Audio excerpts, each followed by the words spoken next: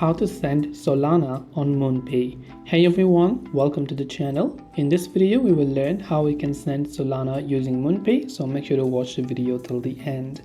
Now what you have to do is first launch MoonPay and log into your wallet. Before you try to hit the send button, make sure to sort out the destination wallet. So copy the destination address or the destination wallet or have its QR code with you.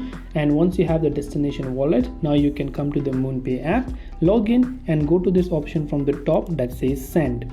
Now if you have got Solana over here, you can select Solana and select send on the home screen. Then you can paste the destination Solana wallet address or enter the recipient's moon tag depending upon wherever you're trying to send it to. Then you can type in the amount of SOL that you wish to transfer and verify that the network is set explicitly to Solana, and you can change the transaction details including the estimated network fee as well, and finally authorize and confirm the transfer.